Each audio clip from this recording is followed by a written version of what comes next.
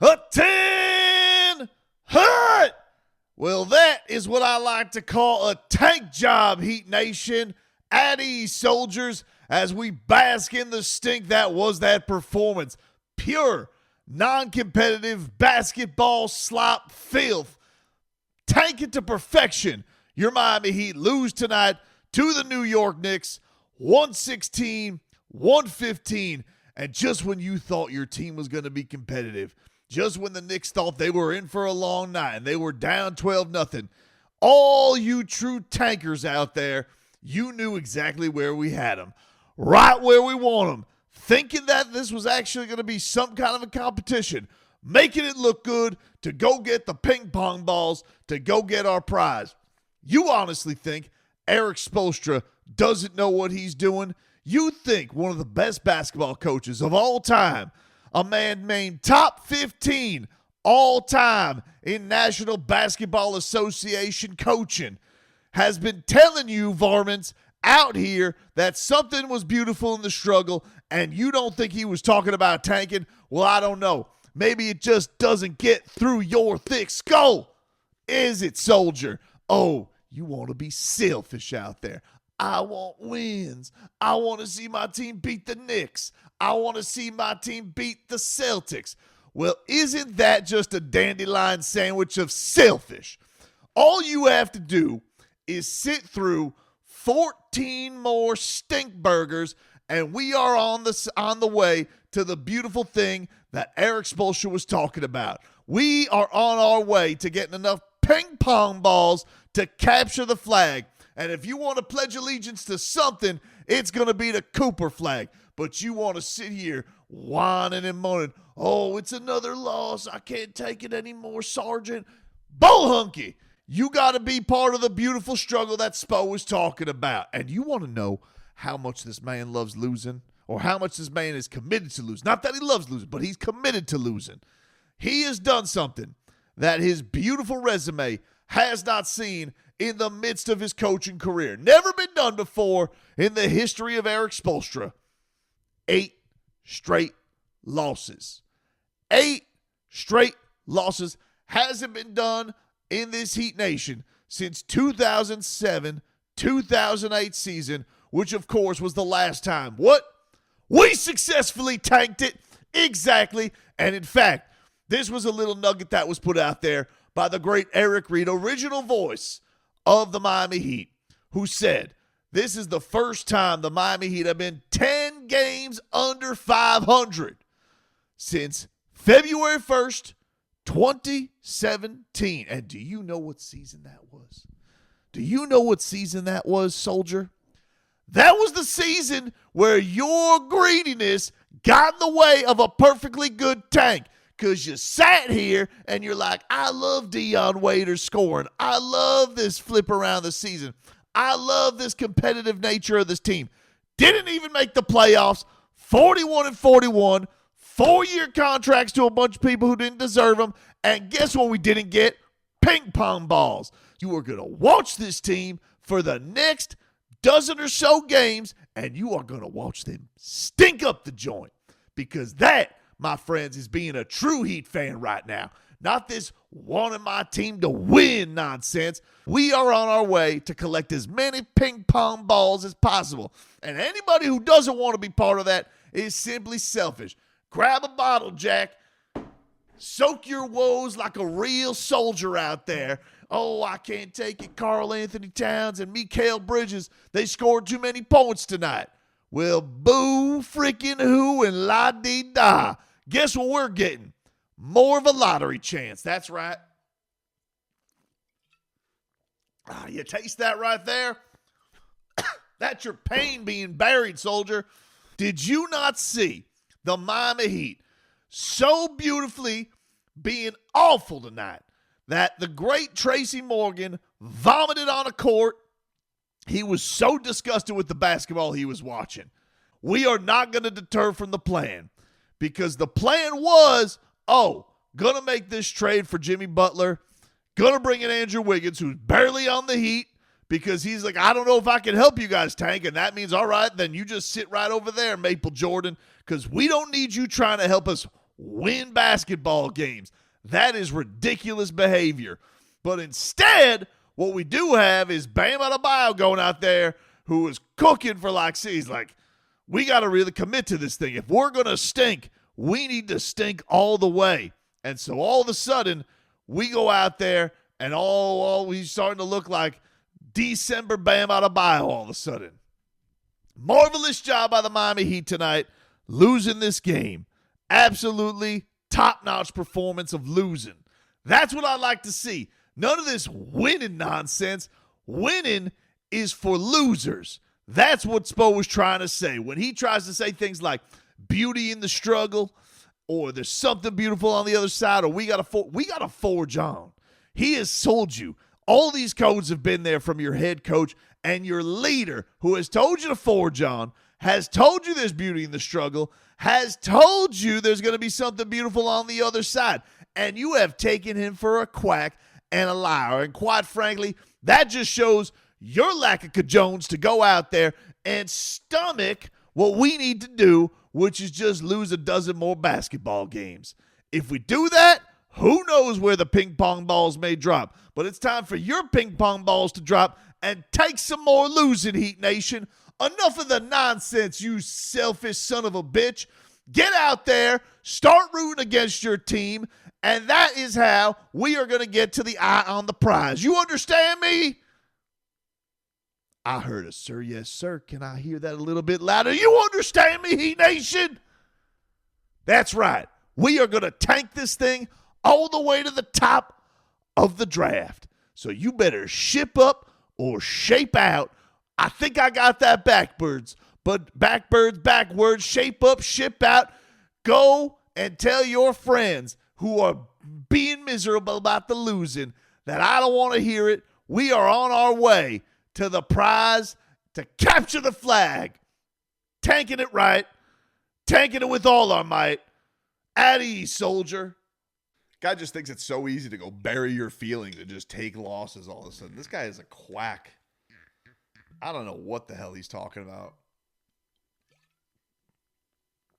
But I do know it's probably not good for my health that I'm going through this tequila that fast. Wow, ladies and gentlemen. What can you say? What can you say, man? This is hard times down in Heatland, man. I was texting with friends today during this game. I have friends who are Knicks fans, and I was telling them, first of all, we were filled in today. Vlad was filling in for Frog Boy today. He goes, yeah. I think this is the game. You guys could really end the losing streak. And I was like, all right, dude, you don't need to do the reverse jinx thing with this team. Like, they suck. They're gonna lose. But, I was talking to, my buddy just texted me and he just goes, Hero, sheesh, because Tyler Hero got off to a really good start. And I just texted him back, don't worry, they'll blow it. And he goes, no, we're banged up. We look terrible. I'm like, just wait. He's like, all you have to do is be within 15. And, this was just another colossal night of bad basketball for your Miami Heat. They led at halftime, 49-47, and then, just the lack of juice that they're able to bring you in these second halves is breathtaking. It really is. It's something to behold with this team, with how much they're unable to hang with anybody. And they get outscored 41-15. They get outshot from three. The Knicks shot 7 of 10 from downtown, while the Miami Heat were 1 of 7 from downtown today. This was how bad the Heat's shooting was today, okay? The Miami Heat finished today 6 of 23 from downtown. 5 of those three-pointers were from Duncan Robinson. 5 of those three-pointers were for Duncan Robinson. So by my count, what was that? That's 1 of 14 for everybody else. That one make was from Pelle Larsson. So Wow. 0 of 13 for everybody else.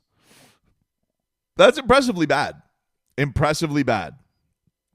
Impressively bad. They outshot you from 3 basically in 1 quarter. And it was bad, man. Mikal Bridges today cooked your ass, especially in that third quarter. They get 15 of his 28. Karl Anthony Towns once again getting the better of Bam Adebayo. Kendrick Perkins loves calling out Bam Adebayo, but I can't really hate on it. Bam today. Bam has been very ho-hum. He is, that torrid stretch that he was on. You don't know if he's maybe coming back to, I know there was a level in the last game where, they went away from giving him the basketball, but Bam Adebayo, after his run that he was on basically up to the Charlotte game this past week, these are his totals: 6 points, 9 points, 18 and 12. So very much, regressing back to where he was. No Andrew Wiggins today. Mind you, he barely plays for the Heat, and when he does, he makes very little impact. So they went with a starting line today of Duncan Robinson, Haywood Highsmith, Jaime Jaquez, and Tyler Hero. Jaime, is finding a little, like he's doing a little bit of everything. The juice as a scorer is still not quite there. He had a beautiful play today, like a block, and then set Tyler Hero up for a sick dunk. But, you're nitpicking at the game today. Like there's just not a lot of good to find in a performance like this. And even with Tyler, like Tyler was 10 of 18 today, but he finished with 20 points. He's completely abandoned the 3-point shot. It's really, really weird what's happened to Tyler's 3-pointer. And people may say, like, I'm seeing a lot of people say, and I'm not by any means ripping Tyler Hero's performance because it was fine. Like it's not like anything to write home about. But it was a fine offensive performance. But look, dude, what makes Tyler Hero special as a scorer is he's one of the best 3-point shooters on the planet. And that hasn't been the case since the calendar turned to February. It hasn't been. And, today he just takes 3 of them. He was 0 for 3. And it was like he wasn't even like looking for it. And you can say that people are focusing on it or trying to run him off and all that type of stuff.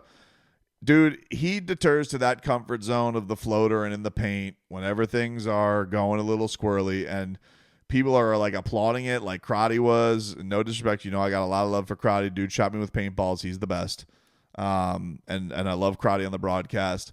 I see other people like, oh yeah, I like Tyler Hero. I'm like, dude, all right, but this isn't what makes him a special player. What makes Tyler Hero a special player is like he can shoot 11 from downtown and go 6 for 11 on a certain night. 7 to 12 for a certain night. And if he's just going to put that, you're letting the defense win if you're doing that. Because tonight he was playing that like classic floater game, no strong drives to the rim, no free throws tonight.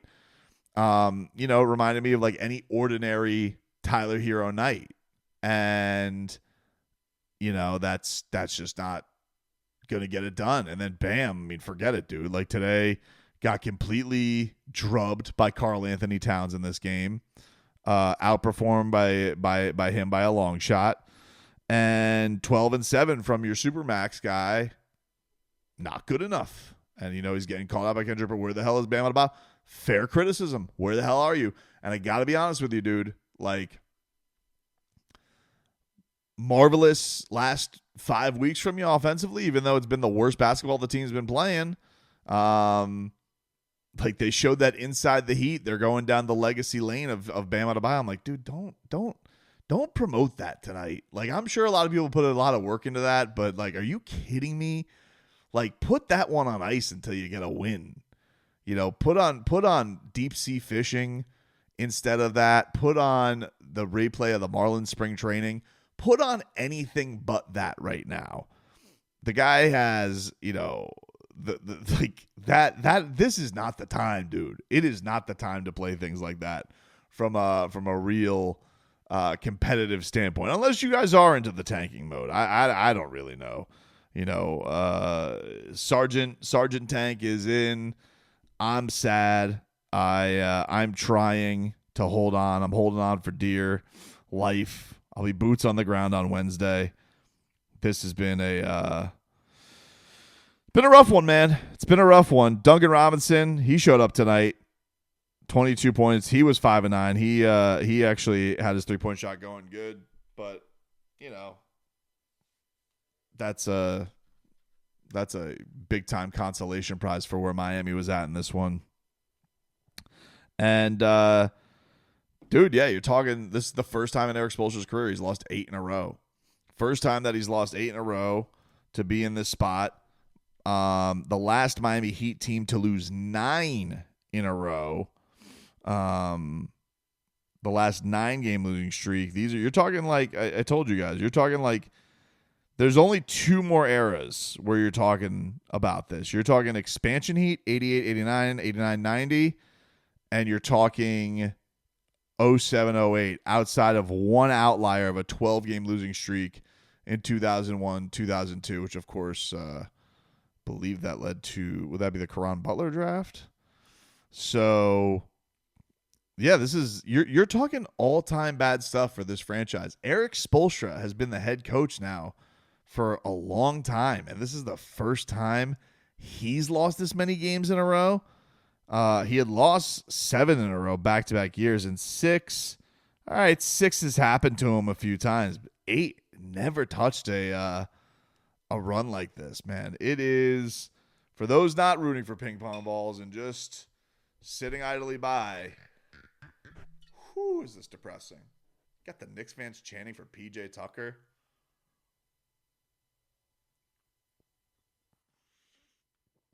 And why the hell is Vince McMahon allowed in that building?